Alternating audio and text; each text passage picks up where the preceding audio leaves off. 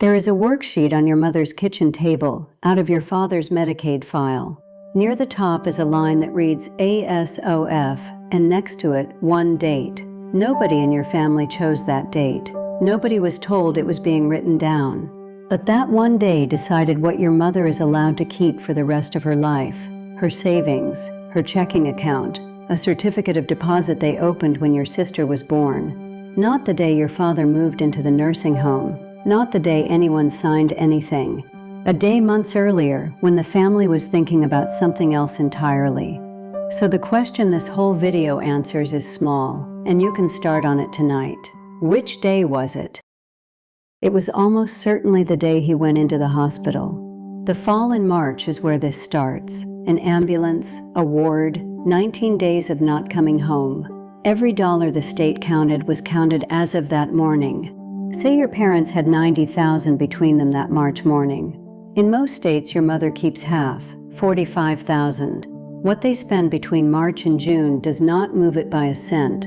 The date is where her whole number comes from. 3 things follow, in order. First, which day it actually is, and why families get it wrong.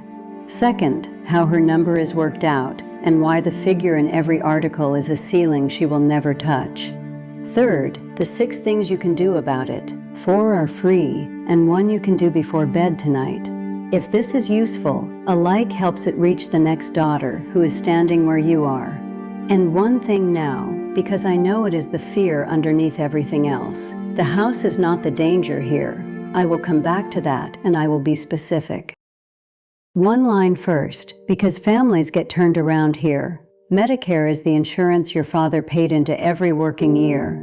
Medicaid is means tested and looks at what a family owns before it pays. That hospital stay is Medicare. Everything after is Medicaid. Now, the date. Federal rules set the count as of the first day of a continuous period of institutional care lasting at least 30 days. 2 words there do all the damage: continuous and institutional. Institutional covers a hospital, a nursing home, a veterans facility, or those stays run together with no real gap at home between them. So it starts in the emergency department, and it can span 3 buildings, and it does not have to be recent. If your father had a 30-day stay 4 years ago, that older stay can be the one they use. Nobody announces this. You will not find it on the admission form. It is a line on a worksheet you have to ask for, so that is which day. Now her number. Her state adds up everything countable they owned that day. Bank accounts, investments, a second vehicle. Then it splits. 34 states have it. 16 states do not. In a having state, she keeps half. There is a floor of $32,532 and a ceiling of $162,660. Now look at that ceiling honestly. To reach it, the 2 of them needed twice that figure in the bank that morning. $325,320. That is why the headline number is almost never the number on the letter. Your parents did not fail at anything. It was built for a family that is not yours. In the 16 that do not have, she keeps up to that same ceiling regardless of the split. For most couples, all of it. Same federal law, decided by a state line. Your father, meanwhile, is allowed to keep $2,000, so that is the money they already own. But what about the money that arrives every month? And why does almost nobody claim it properly? Her own income stays hers. If it is not enough, income moves from him to her, up to a monthly allowance. Since the 1st of July, it starts at $2,705 a month in most states. It rises as high as $4,066.50. That gap is $1,361.50 every month for the rest of her life. And here is the lever.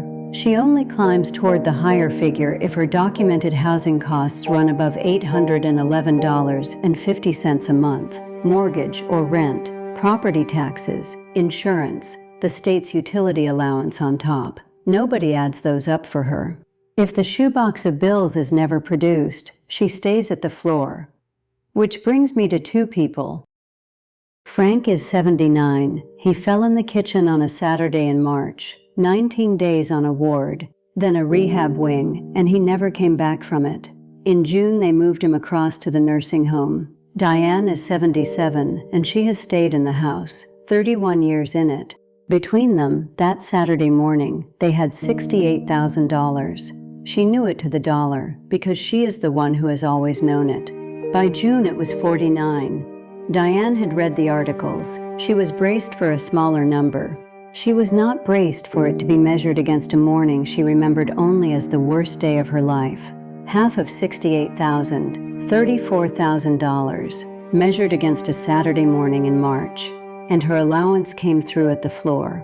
Her tax bill, her insurance, and the heating in a 31-year-old house ran well over the shelter figure. Every dollar was claimable. Nobody asked her for it. Diane was careful, and she was on time.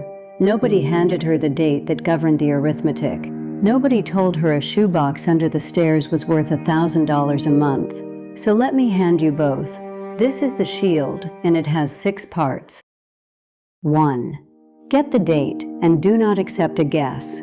Call the nursing home's business office and say this: I need the admission and discharge dates for every stay of 30 days or more, going back as far as your records reach.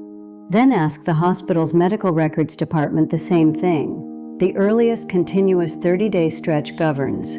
2. Ask for the resource assessment in writing. Call your state Medicaid office or the county assistance office and say this: we would like a request for assessment of assets. We are not applying for benefits today.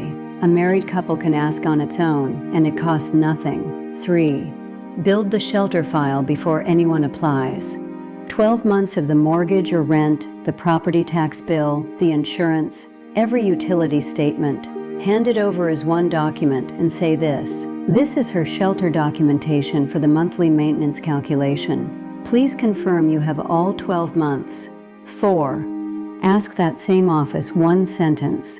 On the resource assessment, does this state give the spouse at home half of what we owned that day, or can she keep up to the federal maximum? That answer moves her number more than anything else here. 5. Then one more sentence to the same person. Does this state take a second resource assessment at the time we apply?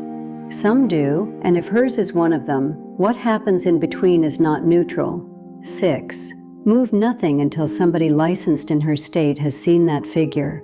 Not the deed, not the accounts, not the car into your name to keep it simple. Nothing moves until somebody licensed in mom's state has seen the number. A 5-year look back runs underneath all of this. A well-meant transfer inside it creates a penalty exactly when your family needs cover. And the house. Here is the answer I promised you. While your mother lives in that home, it is exempt. I want to be exact about that word. Exempt. No lien while she lives there. And federal rules do not let the state recover from the estate of someone who leaves a surviving spouse. The house was never the thing to be frightened of. The cash was. Now the honest part, because a shield that only works in some states is not a shield unless you are told which. Every figure here is federal, so it applies everywhere. What differs is how your mother's state uses them, whether it halves, whether it assesses twice. One more reason this conversation has to happen with somebody who knows your specific state's rules, and not a national average. 3 more things, plainly. If the calculated allowance still leaves her in real difficulty, she can request a fair hearing and argue exceptional circumstances. Medical costs, a debt already owed, someone she supports. States must provide that route. A few states allow spousal refusal, where the at-home spouse formally declines to contribute.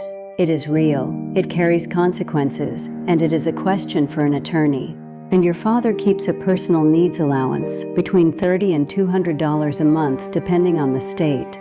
That federal floor of $30 was set in 1988 and never raised. Everything else in his check goes to the facility. I am not a lawyer, and none of this is legal advice about your family.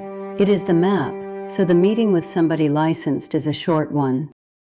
So, the 6, back in order. 1. Get the date from the business office and medical records, every stay of 30 days or more.